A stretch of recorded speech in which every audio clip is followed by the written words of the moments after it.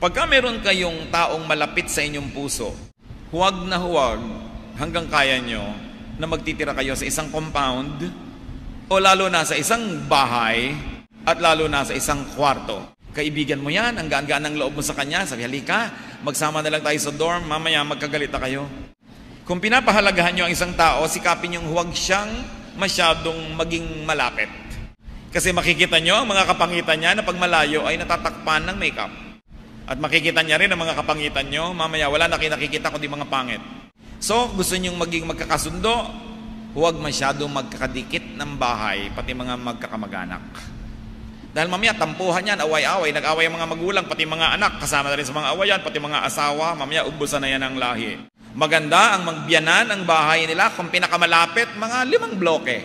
Yun ang pinakamalapit. Pag naaamoy ng biyanan mo, ang gisa mo, mamaya napintasan ka pa. Lumayo-layo ng konti. No? Mga lalaki, gusto nyo ng tahimik na buhay, huwag nyo pagsamahin ng inyong ina at ang inyong asawa sa isang bahay. Dahil siguradong gulo ang hinahanap nyo niyan. Ngayon, kung hindi nyo kaya, economically, wala na tayong magagawa. Gumawa kayo ng paraan para magkasundo.